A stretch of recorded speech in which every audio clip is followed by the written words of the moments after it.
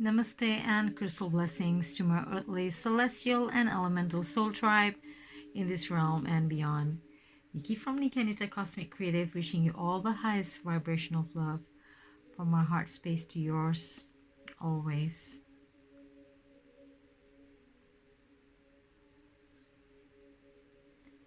So here I am finally trying to make this video and also to feel, because when I do this video,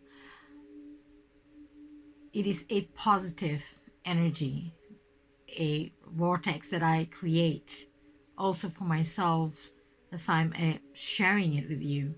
So yes, here we finally arrive in this one of this powerful celestial meeting of 2022 of Jupiter and Neptune in the sign of Pisces. And I would like to recommend this positive astrology cards deck for beginners. If you want to learn astrology and you've bought some books and it doesn't make sense because, it takes time to learn all the different aspects of astrology. And if you don't have your birth chart, you can find a good astrologer to draw you up your birth chart and start learning about it. But this is highly recommended. I can share the link below where I've made this video on this flip through of this deck last year. Or you can actually just browse through my videos and find this. So this is by Crystal Savoy, the positive astrology cards. Okay, this deck is simplified. So if you want to learn, it's more fun. It's segregated by colors and by zodiac signs, moon signs, ascendant signs, planets, house system, further astrology. It comes with a guide cards, 5 guide cards, and 1 guidebook. Okay, you can't really see it because I have 2 bright light now because it's dark. I should have done this video in the morning when I had some daylight. It's been very windy and cloudy and still snowy in central Sweden. I was blessed to have a video outdoor done on spring equinox. Now it looks like it's winter again. The struggle is real. So here I am doing this indoors with all this artificial lighting, so you may not see it. So these are the different segregation of these cards as groups. So it's really fun if you want to learn, with colors, and because each cards comes like this with a description behind it. I can't really capture it. It's okay. You can see the video that I've done on this.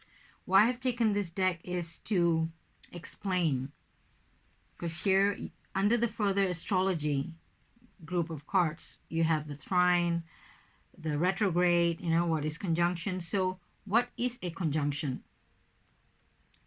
The major aspect when 2 planets, or the luminaries, or the wandering stars that I call them, come together at the, on your birth chart, personally or for the whole, like what's happening now, tomorrow with this conjunction, which happened last, I think, in 1856, about 166 years ago, where they came in the sign of Pisces. Okay, now they're meeting again in the sign of Pisces tomorrow. So conjunction is the relationship between several planets and the degrees apart from each other. That is the major aspect. So the key points there for this conjunction, for conjunction, is powerful, influential, collaborative, intense, creative, beneficial. So they come together at 0 degrees. A conjunction is a powerful and formidable aspect. It brings focus and strength to the planets that are specifically involved. When planets are conjunct, They are working together to influence certain areas in your life. The area depends on where the conjunction appears in your chart. This aspect may create challenges to be overcome or manifest positive benefits in your life. That is a conjunction. Okay, so you can, like I said, if you don't have a chart, you can get it done and see which planets were in conjunction on your birth chart. It is actually a blueprint. Even if you're new to astrology and if you think like, what astrology? I was like that when I was young. I was much more of an astronomer because I was so into deep space and, traveling and all this celestial stuff, not so much of the movement of these celestial bodies and how we can find the meanings and work with it. Because I feel like, oh, we are moving in this speed, in all directions, and this is so Middle Ages for me. But now I came to know that we are not moving anywhere. I know you beg to differ and go like, what? And that is why astrology in this realm, in this earth realm, it's important because we are not moving anywhere. Everything revolves around us, year in, year out. This astrology aspects of the zodiac and, this, of course, some of the planets were recently discovered. But if you see astrology, like the Vedic astrology, those are ancient. And not much has changed, actually. Nothing really changed in the placements of the stars. If we are actually moving in trillions per second, of that Mach speed, is what science have told us, then we don't need astrology because we suppose, the star parallax and the zodiacs and all that will be all over. If you see it. No, they are just like how, if you were reincarnated from the past, thousands of years ago, it's the same thing. If you were an astronomer then, you would have said like, yes, that's exactly what I saw thousands of years ago. It is still the same. It's because it's like a celestial clock. It revolves around us. And we are stationary. I know it's quite controversial. I don't want to get in that topic. And that is why I find like, yes, astrology, it made sense for me, coming to know what is Earth, how it is that we are so involved in these energies of the planets and all the placements of the stars. Because it is a celestial clock that is governing us. It's moving around us. And we're not moving to deep space. And like I said, if you use that template of so many movements and speed, you will see different stars or constellation every night. But no, it has been like that for eons of time. Because nothing is moving. They are just revolving around us beautifully. So when we are in the earth realm, we are governed. We are influenced by these energies. And like the saying goes, millionaires don't use astrology. Billionaires do, or maybe even trillionaires. And the system that is governing us is also using astrology. I know it sounds Middle Ages, but it is a true occult esoteric knowledge. Like says this mug, it's written in the stars.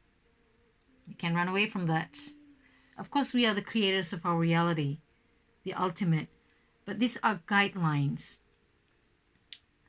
I'm one, do not sit down every day and read, or every week about my personal astrology. No, it is good to know our charts and see which planets and, what are their position and retrogrades and all this trine and all these aspects and how it is on our charts. And from there we can see that, oh, this is why, this is in our first house, second house. You can see the patterns of our emotional, financial, stability, creativity, family, all the aspects of our life that we have gone through. It is in the chart. But we can change it, of course, because we are the creators of our reality. This is just the blueprint. So we know what to avoid. We can know the strength and the weakness that is in our chart, that we can vote and change it, of course. But it's there. We can work to progress with it. It's not easy. It's easier said than done, but like I said, it's good to know. So for those who think that this is so, ancient, it is. It's an ancient knowledge that can be used right now, because